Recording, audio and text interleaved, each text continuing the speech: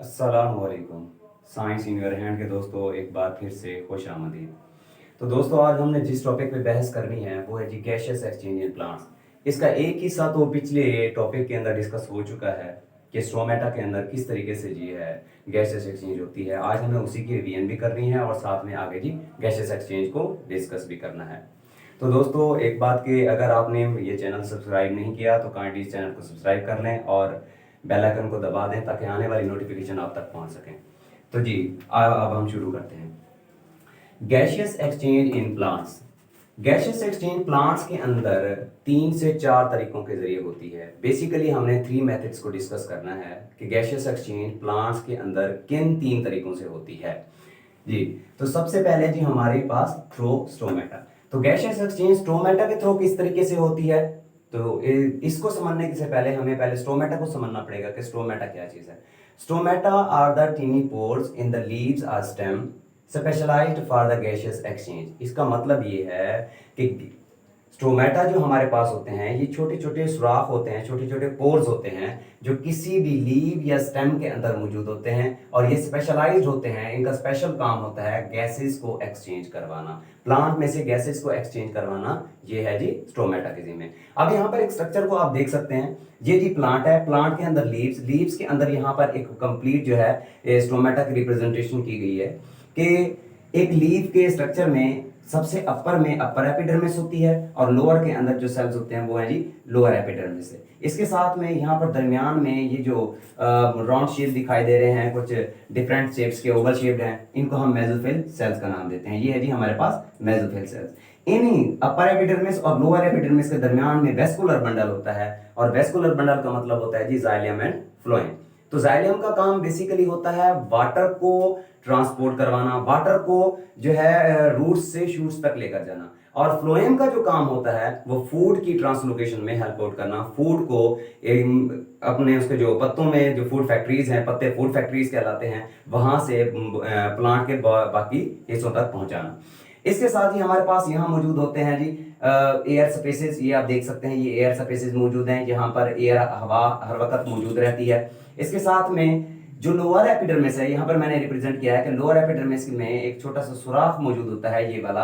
या जरा ध्यान से देखें तो ये नजर आएगा जी स्ट्रोमेटा, इसको हम कहते हैं जी स्ट्रोमेटा। और हर स्ट्रोमेटा के अंदर, हर स्ट्रोमेटा में 2 इसके गार्ड सेल्स मौजूद होते हैं जो इसकी ओपनिंग और क्लोजिंग के अंदर जो है इसको हेल्प करते हैं। जैसे ये वाले गार्ड सेल्स मौजूद हैं। जिस वक्त मिसाल के तौर पर हवा ने इन होना है तो उस वक्त ये गार्ड सेल्स खुले हुए होंगे। जैसे दिन के वक्त ये गार्ड सेल हमेशा खुले रहते हैं, यानी स्ट्रोमेटा ओपन रहता है, और रात के वक्त यही गार्ड सेल जो हैं बंद हो जाते हैं, जिसकी वजह से स्ट्रोमेटा क्लोज हो जाता है। अब यहाँ पर एक क्वेश्चन आता है कि जी स्ट्रोमेटा के क्लोज होने या ना होने की जो वजह है वो क्या हो सकती है। जस्ट गार्ड सेल्स की मूवमेंट या गार्ड सेल्स की जो मूवमेंट होती है वो किस वजह से होती है। इसके लिए कई थ्योरीज बयान की गई हैं। जैसे मिसाल के तौर पर गार्ड सेल्स के अंदर पोटाशियम आयंस की कंसंट्रेशन के बायस भी कहा जाता है कि ये जो है इनकी ओपनिंग या क्लोजिंग होती है। जैसे दिन के वक्त, क्योंकि अगर आप यहां देखें तो डे टाइम के अंदर क्या होता है जी फोटोसिंथेसिस हो रही होती है और उस फोटोसिंथेसिस के नतीजे में ऑक्सीजन बन रही होती है। हम जानते हैं कि फोटोसिंथेसिस एक इस तरह का प्रोसेस है जिसमें ऑक्सीजन प्रोड्यूस होती है और जो एक्सेस ऑक्सीजन होती है, जो मजीद ज्यादा ऑक्सीजन पैदा हो जाती है, तो वो इन्वायरमेंट में चली जाती है जिसको हम इनटेक कर लेते हैं, और जो बाकी ऑक्सीजन बच जाती है वो प्लांट खुद ही रिस्पायरेशन में इस्तेमाल कर लेता है। रिस्पायरेशन के दौरान जब वो इस्तेमाल करता है, रिस्पायरेशन की डेफिनेशन हम पिछले टॉपिक के अंदर क्लियर कर चुके हैं। अगर इसको आप जानना चाहते हैं तो पिछले टॉपिक को एक बार दोबारा देख सकते हैं आप लोग। तो रिस्पायरेशन के दौरान ऑक्सीजन जो है ये इस्तेमाल हो जाती है, यूटिलाइज हो जाती है, और रिस्पायरेशन के नतीजे में कार्बन डाइऑक्साइड बनती है। अब ये कार्बन डाइऑक्साइड जो एक्सेस के अंदर अगर होगी तो वो इन स्ट्रोमेटा के थ्रू जो है वो एक्सपेल आउट हो जाएगी, वो बाहर निकल जाएगी, और बाकी जो है वो फोटोसिंथेसिस के प्रोसेस में यूटिलाइज हो जाती है। तो दिन के वक्त तो ये प्रोसेस चलता रहता है। अब क्योंकि इस दौरान फोटोसिंथेसिस हो रही है, ऑक्सीजन बन रही है, और बाकी भी एटीपी, कार्बोहाइड्रेट, जो भी चीजें बननी है वो सारी की सारी इस वक्त फॉर्मेशन हो रही है, तो उस टाइम जो पोटेशियम आयन की कंसंट्रेशन है वो भी ज्यादा होने की वजह से ये क्या हो जाते हैं, इनके जो गार्ड सेल्स हैं ये ओपन हो जाते हैं, गार्ड सेल टर्जेट हो जाते हैं, ये तन जाते हैं, जिसकी वजह से इसका जो स्टोमेटा है, स्टोमेटा का ये जो पोर्स हमें दिखाई दे रहा है, ये वाला जो है ओपन हो जाता है। जैसे ही नाइट टाइम होती है, ये देख सकते हैं आप नाइट टाइम में क्योंकि नो फोटोसिंथेसिस होती नहीं है। फोटोसिंथेसिस असल में खुराक बनाने का एक प्रोसेस है।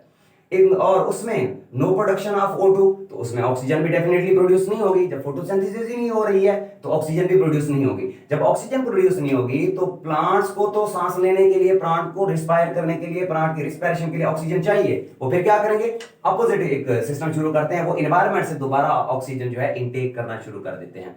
अब ये जब प्लांट से ऑक्सीजन इनटेक करना शुरू करते हैं तो उस टाइम डेफिनेटली वो फिर किस चीज को रिमूव करेंगे जी, कार्बन डाइऑक्साइड को। अब कार्बन डाइऑक्साइड को एनवायरमेंट के अंदर छोड़ते जाते हैं, कार्बन डाइऑक्साइड एनवायरमेंट के अंदर वो एक्सपेल आउट करते जाते हैं। अब क्योंकि उस दौरान नाइट टाइम में फोटोसिंथेसिस नहीं हो रही तो कार्बन डाइऑक्साइड इसमें यूटिलाइज नहीं होगी। तो अब हमें ये बात भी समझ आ गई कि पौधे जो हैं रात के वक्त ऑक्सीजन यूटिलाइज करते हैं और कार्बन डाइऑक्साइड रिमूव करते हैं, जबकि दिन के वक्त ये ऑक्सीजन को रिमूव करते हैं और कार्बन डाइऑक्साइड को इंटेक करते हैं, एनवायरनमेंट से भी इंटेक करते हैं और इस स्पेशली रिस्पायरेशन से बनने वाली कार्बन डाइऑक्साइड को भी इंटेक करते हैं फॉर द फोटोसिंथेसिस प्रोसेस। जी, तो ये था हमारे पास स्टोमेटा के थ्रू किस तरीके से मतलब ये जो है गैसियस एक्सचेंज होता है इस बात को। अब नेक्स्ट हम पढ़ते हैं जी थ्रू द लेंटिसेल्स। अब ये बात बड़ी ध्यान से समझने वाली है कि ये लेंटिसेल्स जी क्या हैं। ये हमारे पास जो वुडी स्टेम मौजूद होते हैं, वुडी स्टेम का मतलब ये हुआ कि ऐसे स्टेम जिनमें लकड़ी होती है, ऐसे पौधे जिनके अंदर लकड़ियां मौजूद होती हैं, तना मौजूद होता है, इनके अंदर डेफिनेटली आप एक जबरदस्त सी बात सुनिए कि खिजां मौसम के अंदर, ऑटम के अंदर ज्यादातर पौधों के जो हैं पत्ते झड़ जाते हैं, उनके लीव्स जो है वो गिर जाते हैं। अब लीव्स तो गिर गए तो डेफिनेटली पौधे को सांस लेने के लिए कोई ना कोई ऑर्गन चाहिए, कोई ना कोई प्रोसेस चाहिए। तो वो क्या करता है, फिर तने को यूटिलाइज करता है, वुडी स्टेम को यूटिलाइज करता है। कैसे, वुडी स्टेम के अंदर टीनी पोर्स होते हैं, छोटे छोटे सुराख होते हैं इनके बार्क के अंदर, इनकी छाल के अंदर मौजूद होते हैं, जिनको हम क्या कहते हैं जी, लेंटी सेल्स का नाम देते हैं। जी, इनको हम लेंटी सेल्स का नाम देते हैं, लेंटिसेल्स। और इन लेंटिसेल्स के जरिए ये क्या करते हैं जी, अपनी गैसियस एक्सचेंज करते रहते हैं। मतलब इनकी बार्क के अंदर छोटे छोटे, इनकी तने के अंदर, तने की छाल के अंदर छोटे छोटे सुराख होते हैं और वहां से ये गैसियस एक्सचेंज करते रहते हैं। इसके साथ है जी थर्ड हमारे पास थ्रू द डिफ्यूजन।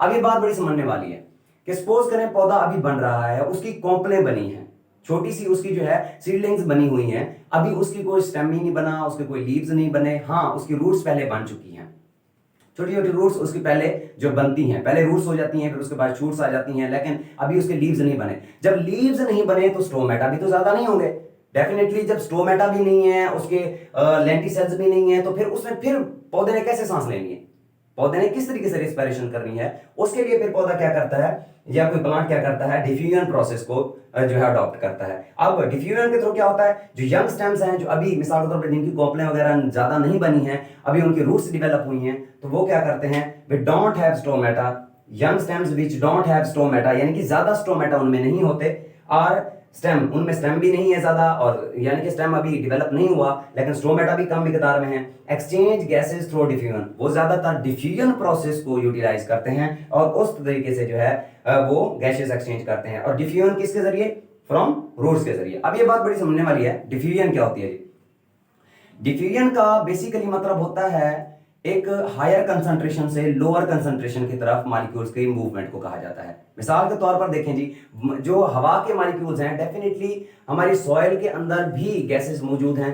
अब इन गैसेस को रिस्पायर किया जाता है, इनटेक किया जाता है डिफ्यूजन प्रोसेस के थ्रू द रूट्स के जरिए। तो ये था जी हमारे पास basically gaseous exchange in plants. तो एक बार फिर से मैं ये बात दोहरा दूं कि हमने जो है गैसियस एक्सचेंज प्लांट्स के अंदर और इसके 3 मेथड पढ़े। स्टोमेटा के थ्रू पढ़ा हमने, उसके बाद जी हमने लेंटिसेल्स के जरिए पढ़ा और फिर पढ़ा जी थ्रू द डिफ्यूजन मेथड। तो दोस्तों आई होप कि ये लेक्चर आप लोगों को पसंद आया होगा। तो इजाज़त लेने से पहले एक बार फिर से मैं अर्ज करता चलूँ कि दोस्तों कोशिश करनी है कि इस चैनल को एक बार सब्सक्राइब कर लेना है और लाइक का बटन दबा दें और साथ में बेल आइकन प्रेस कर दें ताकि आपको आने वाली नोटिफिकेशन मिलती रहे। तो दोस्तों अल्लाह हाफिज़।